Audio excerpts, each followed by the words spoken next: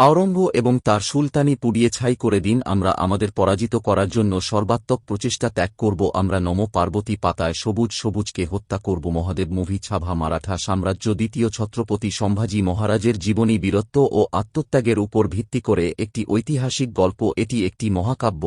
এটি কেবল একজন রাজার গল্প না, বরং এটি সেই যুগের গল্প যখন ভারতের ভবিষ্যৎ ঝুঁকির মুখে ছিল এবং মারাঠারা আমি আমার রক্ত দিয়ে এই ছবির ইতিহাস লিখেছি। প্রতিটি দৃশ্য, প্রতিটি সংলাপ এবং প্রতিটি যুদ্ধ আমি সেই সময়ের প্রতিধ্বনি অনুভব করি যখন মুঘল ও মারাঠাদের মধ্যে দ্বন্দ্ব তখন চরমে। কিন্তু ভিকি কৌশল এই ছবিতে সম্ভাজির চরিত্রে অভিনয় করেছিলেন, মহারাজের ভূমিকায় অভিনয় করেছেন এবং তার অভিনয় এতটাই চিত্তাকর্ষক যে তারা রসিকা চরিত্রটিকে জীবন্ত করে তোলেন। মান্দানা তার স্ত্রী ইয়েসুবাইয়ের চরিত্রে অভিনয় করেছিলেন, যিনি কেবল একজন রানীর চরিত্রেই অভিনয় করেননি, বরং একজন অক্ষয় খান্না, একজন শক্তিশালী নারীর প্রতীক। মুঘল সম্রাট আওরঙ্গজেবের ভূমিকায় অভিনয় করেছেন, যাকে ছবিতে নৃশংসতা এবং কৌশলের সাথে চিত্রিত করা হয়েছে। ছবির শুরুটা তার দখল ধরে রেখেছে। এটি সেই সময় থেকে যখন মারাঠা সাম্রাজ্য শিবাজী মহারাজের নেতৃত্বে একটি শক্তিশালী সেনাবাহিনী একটি শক্তিতে পরিণত হয়েছিল, কিন্তু তার মৃত্যুর পর এটি একটি কঠিন পর্যায়ে প্রবেশ করে। যুদ্ধের ভার এখন সম্ভাজি মহারাজের কাঁধে এবং তারা কেবল বহিরাগত শত্রুদের হাত থেকে রক্ষা পায়নি, বরং সম্ভাজিকে অভ্যন্তরীণ ষড়যন্ত্রের বিরুদ্ধেও লড়াই করতে হয়েছিল। ছোটবেলা থেকেই তিনি ছিলেন বুদ্ধিমান এবং সাহসী। তিনি কেবল তার বাবার সাথেই কাজ করেননি, যুদ্ধে অংশগ্রহণ করেছিলেন, কিন্তু সংস্কৃত, মারাঠি, ফার্সি এবং অন্যান্য ভাষার গভীর অধ্যয়ন, তার প্রজ্ঞা এবং কৌশলগত দক্ষতা কি তাকে তার সমসাময়িক রাজাদের থেকে আলাদা করেছিল। ছবির শুরুর দৃশ্যে সম্ভাজিকে দেখা গিয়েছিল মহারাজের প্রজ্ঞা, তাঁর যুদ্ধ কৌশল এবং ন্যায়বিচারের প্রতি তার ভালোবাসা আমাদের মনে গেঁথে আছে। দেখা যাক তারা তাদের সৈন্যদের সাথে কেমন আচরণ করে। তাদের সাথে সমান আচরণ করুন এবং তাদের নীতিমালা মুঘলদের চেয়ে বেশি মানবতাবাদী ছিলেন। তা সত্ত্বেও তাদের পথ কষ্টে পূর্ণ। পথ দেখাতে আসা মুঘলদের দ্বারা পরিপূর্ণ ছিল। আওরঙ্গজেবের দৃষ্টি ছিল সমগ্র ভারতবর্ষের উপর এবং তিনি মারাঠা তাকে তার সবচেয়ে বড় চ্যালেঞ্জ হিসেবে মনে করে। সেই কারণেই সম্ভাজিকে পরাজিত করার জন্য মুঘল দরবারে অনেক ভয় ছিল এবং মারাঠা সাম্রাজ্যের অবসান ঘটাতে ছবিতে প্রতিনিয়ত ষড়যন্ত্র চলছিল।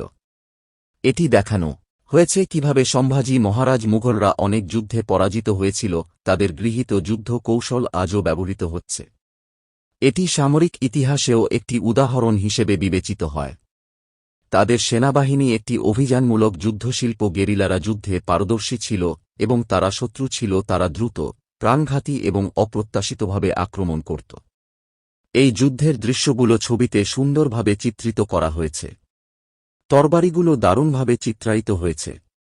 ঘোড়ার দৌড় যুদ্ধক্ষেত্রের ধুলোর সাথে সংঘর্ষে লিপ্ত হয়েছিল এবং সপ্তদশ শতাব্দীতে সৈন্যদের স্লোগান দর্শকদের উদ্দেশ্যে ছিল মারাঠা সাম্রাজ্যের কাছে। কিন্তু ছবিটি কেবল যুদ্ধের গল্প নয়, এটি একজন রাজার ত্যাগ ও সংগ্রাম সম্পর্কেও। ছবিটির গল্পটি খুবই গুরুত্বপূর্ণ অংশ হল সেই সময় যখন সম্ভাজি মহারাজা তাঁর নিজের দরবারের ষড়যন্ত্র সম্পর্কে অবগত। আমরা নিজেরাই বারবার তাদের মুখোমুখি হই। মানুষ প্রতারিত হয়, কিন্তু তারা হাল ছাড়ে না। তারা তাদের আসল পরিচয় জানে। যুদ্ধ কেবল তরবারি দিয়ে নয়, বরং ধৈর্য ও আমাদেরও জ্ঞানের সাথে লড়াই করতে হবে। গুরুত্বপূর্ণ এবং হৃদয়বিদারক অংশটি আসে যখন সম্ভাজি মহারাজ তিনি বিশ্বাসঘাতকতার সাথে মুঘলদের হাতে বন্দী হন। এই দৃশ্যটি দর্শকদের আবেগগতভাবে স্পর্শ করে। সেগুলো আওরঙ্গজেবের সামনে উপস্থাপনের জন্য রেখে দেন। যেখানে আশা করা হচ্ছে সেখানেই করা হচ্ছে, তারা মাথা নত করুক এবং ইসলাম গ্রহণ করো। কিন্তু সম্ভাজি মহারাজের উত্তর স্পষ্ট যে তিনি তোমার ধর্ম, তোমার ভূমি এবং তোমার পরিচয়, এরপর আমি আর কখনোই তাদের ছেড়ে যাব না। আওরঙ্গজেবের উপর অমানবিক নির্যাতন চালানো হয় সবার সামনে। একজন মহান যোদ্ধাকে উপস্থাপন করতে চেয়েছিলাম মারাঠা সেনাবাহিনী যাতে অপমানিত হয়, মনোবল ভেঙে যেতে পারে, কিন্তু সম্ভাজি মহারাজ কষ্ট সহ্য করেও নীতিতে অবিচল থাকুন। এত কিছুর পরেও তারা কখনো মাথা নত করে না, কখনো হারে না। এটাকে দৃশ্যের একটি সিরিজ হিসেবে বিবেচনা করুন, চিত্তাকর্ষক এবং বেদনাদায়ক যে এটা অবশেষে সম্ভাজি তার ভেতর থেকে ক্ষুধার্ত অনুভূতি ছেড়ে দেয়। মহারাজা মারা যান, কিন্তু মারাঠা সাম্রাজ্য শেষ হয় না। কিন্তু তাদের শহীদ মারাঠা সৈন্যদের মধ্যে এক নতুন শিখা প্রজ্বলিত করেছিল এবং মারাঠা সাম্রাজ্য আরও শক্তিশালী হয়ে ওঠে। ছবির শেষ দৃশ্যটি আরও শক্তিশালী হয়ে ওঠে। দৃশ্যটি খুবই আবেগঘন এবং অনুপ্রেরণামূলক।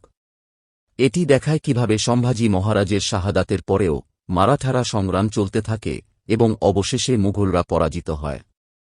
পরিচালক লক্ষণের মুখোমুখি হতে হবে উত্তেকার ছবিটিকে কেবল একটি ঐতিহাসিক চলচ্চিত্র বলে অভিহিত করেছেন, নাটকের মধ্যেই সীমাবদ্ধ রাখেননি, বরং একে একটি ছবির প্রতিটি অংশেই আবেগঘন যাত্রা ছিল, ইতিহাসের ফ্রেমকে জীবন্ত করে তোলার একটি প্রচেষ্টা, যুদ্ধের দৃশ্যের মহিমা বৃদ্ধি করে সংলাপের শক্তি এবং চরিত্রগুলির গভীরতা এটিকে একটি মাস্টারপিস করে তোলে। সঙ্গীত এবং ব্যাকগ্রাউন্ড স্কোরও এই সিনেমার প্রাণ। আর রহমান এই সিনেমার জন্য এমন একটি গান তৈরি করেছেন, ব্যাকগ্রাউন্ড স্কোর প্রতিটি দ্বারা রচিত হয়, দৃশ্যটিকে আরও চিত্তাকর্ষক করে তোলে। যখন যখন যুদ্ধের দৃশ্য থাকে তখন দর্শকরা সঙ্গীত বাজিয়ে থাকেন, আমার গা শিউরে ওঠে, এবং যখন আমি আবেগপ্রবণ হয়ে পড়ি যখন দৃশ্যগুলো আসে, তখন এই সঙ্গীত হৃদয় ছুঁয়ে যায়। সামগ্রিকভাবে স্টারটি কেবল একটি সিনেমার জন্য উপযুক্ত, কিন্তু ইতিহাসের একটি জীবন্ত দলিল। এটি এমন একটি গল্প যা প্রতিটি ভারতীয়ের জানা উচিত। ভিকি তার গৌরবময় অতীতের সাথে সংযোগ স্থাপন করে, রসিকা মান্দান্নার অভিনয়ে কৌশল, আবেগঘন সংযোগ এবং অক্ষয় খান্নার বিপজ্জনক স্টাইল এই সিনেমাটিকে একটি চমৎকার, এই ছবিটিকে মাস্টারপিস করে তোলে। এমন একমাত্র জিনিস হল যুদ্ধ এবং সাহসিকতার গল্প নয়, বরং শ্রদ্ধা ও ধৈর্যের গল্প আর আত্মসমর্পণ না করার চেতনার গল্প। সম্ভাজি মহারাজ কেবল একজন যোদ্ধা নন, তারা ছিল একটি আদর্শ, এবং এই আদর্শ এই ছবির মাধ্যমে অমর হয়ে ওঠে।